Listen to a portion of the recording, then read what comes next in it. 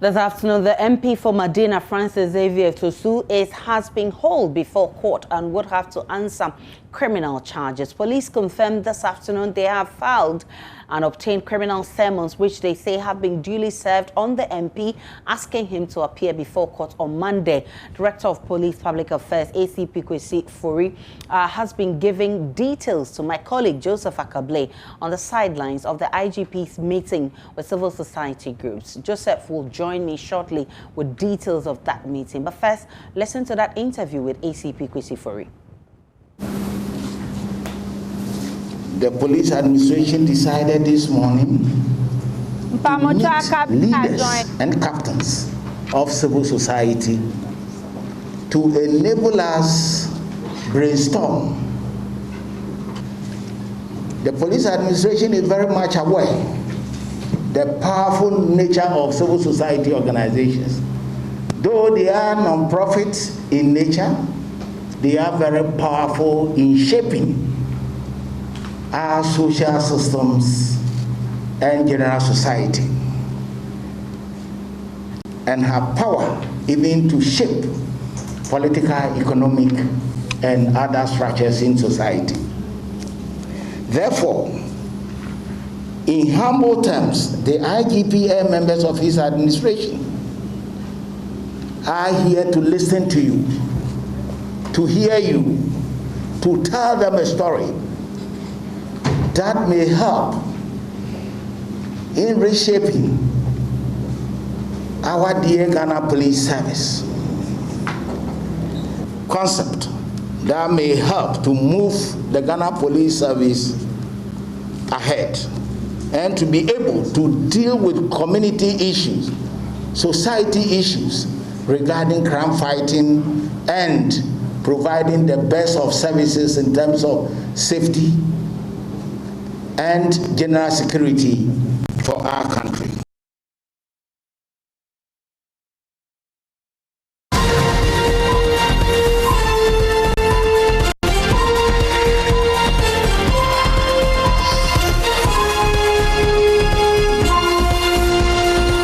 We'll be getting more reactions from the police headquarters because the police has also been meeting CSOs and they've also been raising some concerns. But in Parliament, Speaker Alban Bagbin has been fuming with rage over attempts by the police to flout his earlier directive and arrest MP for Madina, SOSU, even before the Privileges Committee began its probe into the contempt case against two senior police officers.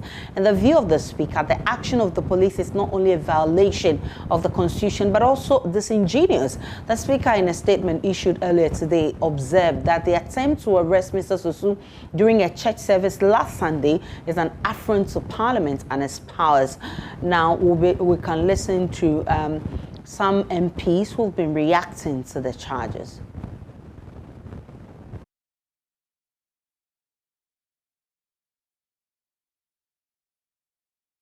With more from Parliament. Parker, the Speaker also raised concerns over the interdiction of police officers assigned to the Madina MP. But first, how has he been reacting to this fresh charges pressed on the MP? Hello, Parker. I'm saying that what were the earlier concerns of the Speaker and how is he reacting to this fresh charges on the MP?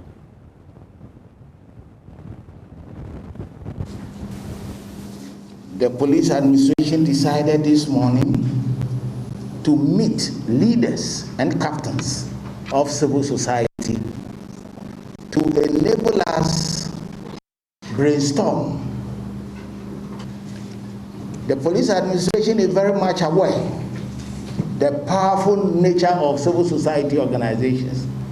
Though they are non-profit in nature, they are very powerful in shaping our social systems and general society, and have power even to shape political, economic, and other structures in society.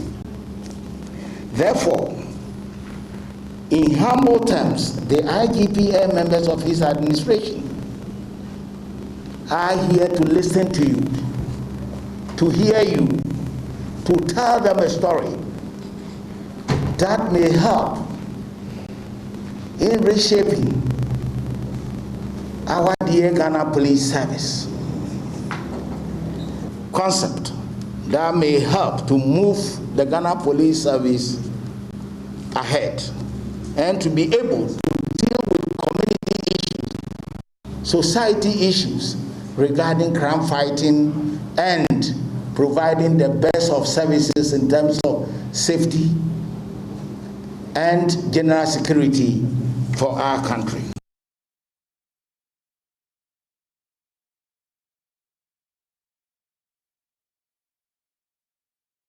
We can now go back to Parliament and get some reactions from members of Parliament.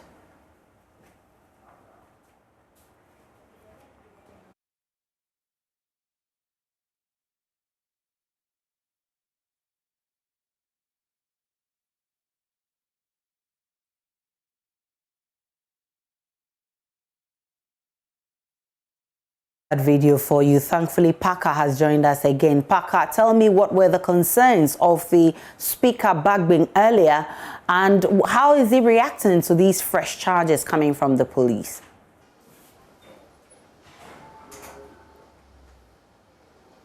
Well, so Aisha, the statement from the Speaker clearly indicates that the Speaker of Parliament, Alban Bagbin, is incensed over the attempt by the police to arrest the Member of Parliament from Madina constituency. And this arrest we are talking about is the one that was almost effected last Sunday. Now, the Speaker says he had already asked the Privileges Committee to look into the matter. So clearly, the attempt by the police to arrest the MP is an affront to Parliament. It's actually disrespecting his powers and quite disingenuous. And he recounted how his office has in the past helped or assisted the police in investigating members of Parliament. So he's quite surprised and taken aback by the latest development. In fact, he also touched on the interdiction of the bodyguard assigned to the Member of Parliament and says that this will clearly bring down morale amongst the police officers who have been detailed to protect members of Parliament. And now, as we speak, the Member of Parliament, Francis Xavier SOSU, is naked, and that is not good at all. And he insisted that in the statement again, that the processes must be followed in order to ensure that the MP is arrested or is brought before the police for interrogation. But this latest twist about the charges against him, which is causing damage to public property. Some members of the House have been expressing their opinion on the matter. Well, some of them are not too happy about the charges because they believe it's far-fetched. I spoke to the Member of Parliament for Parliamentary constituency, that is David Opoku, and his point was that how do you establish that the Madina MP incited the youth or the individuals to bend the ties on the road? That is a very difficult thing to do.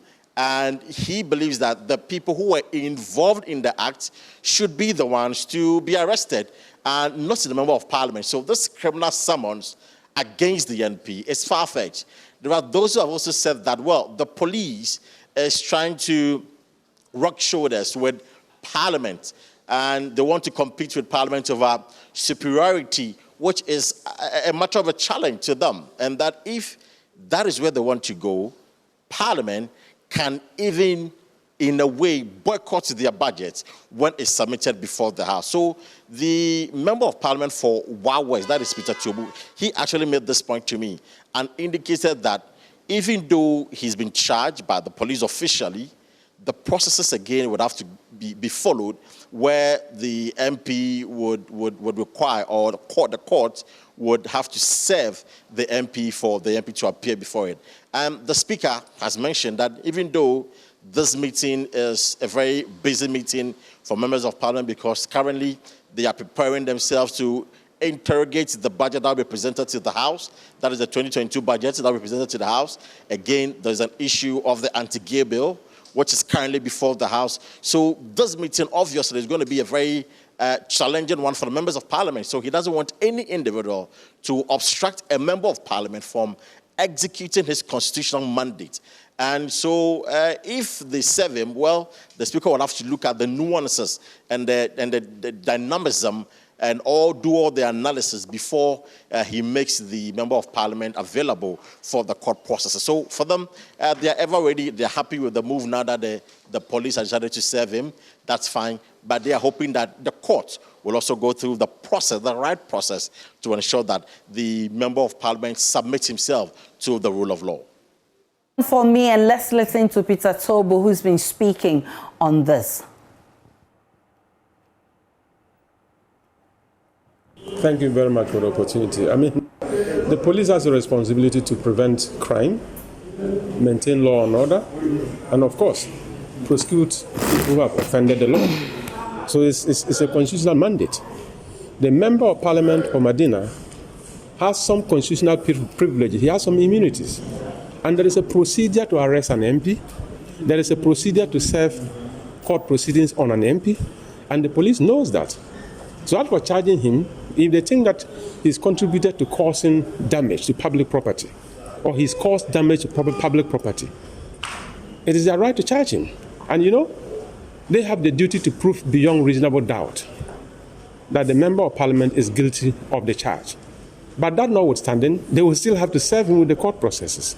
The fact that you fly it in the media that the honourable member has been charged with a particular offence by the police doesn't mean that you find the honourable member in court. It doesn't work that way. They will have to still go through the procedure and serve it on the honourable member through the legally laid or the laid down procedure through the Speaker. He's set to appear before court on November 8th. That is just about 5 days away from today. And looking at the engagement between him, Parliament, and the police, is the House ready to release him for such processes to go through? I think that this whole show is just some exercise in futility.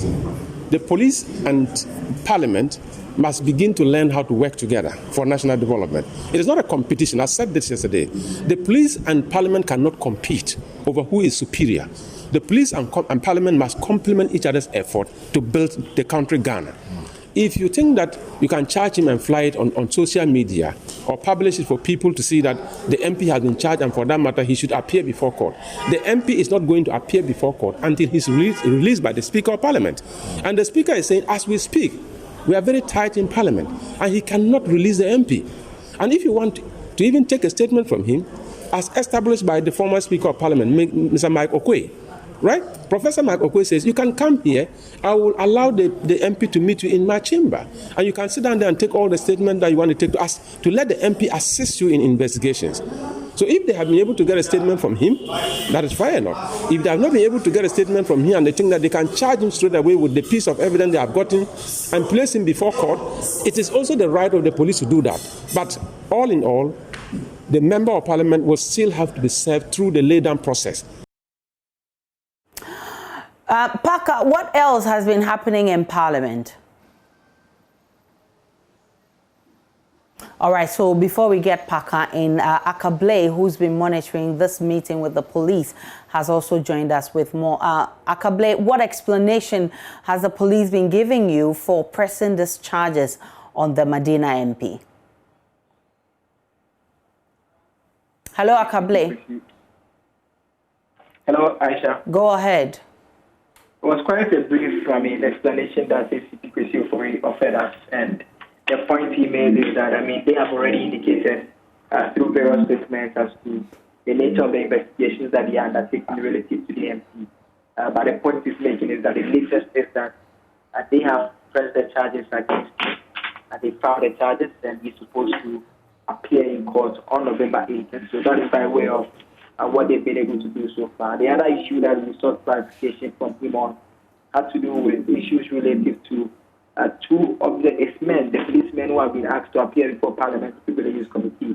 And he says that particular invitation is yet to reach Parliament, and once it has to reach the Ghana Police Service, I must say, and once it reaches the Ghana Police Service, it will take a decision as to the next line of action.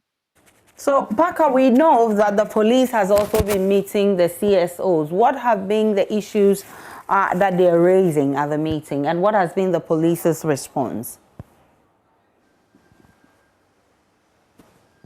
Hello, Akable. These issues protest about general policing, they also raised issues relative to the involvement of the military to handle protests as well as the space of armed robbery, among others. And so those were the matters that they put before the police, and the police said that they've obtained some suggestions from some of the security analysts that participated in this particular meeting as to how to address those concerns. And in terms of the specific roadmap, it's not something they're going to put out by way of the strategies, except that it's going to be a collaborative effort. The aim or the end goal is to ensure that the country is safe and peaceful for every Ghanaian. And so they intend to have such regular engagement with the civil society organizations as and when, in order to decide to strategize on how to deal with those matters. The civil society organizations had the opportunity for an interview they granted us. A senior vice president of Imani Africa, Kofi Bentu, spoke on their behalf, and they touched on the issues related to Mr. Sosu, who we know now that the police have filed charges against him. And he said, as far as he's concerned, no one has immunity in the country except the president. And so whoever the police has probable cause to investigate or want to arrest, that person must submit to the authority of the police to enable the police investigation. So if that does not happen, then in simple terms, we are working against the law enforcement agency that we all want to be a professional body. Joseph Akable with those updates. Parker is still in Parliament for us. Parker, what else can you report from Parliament?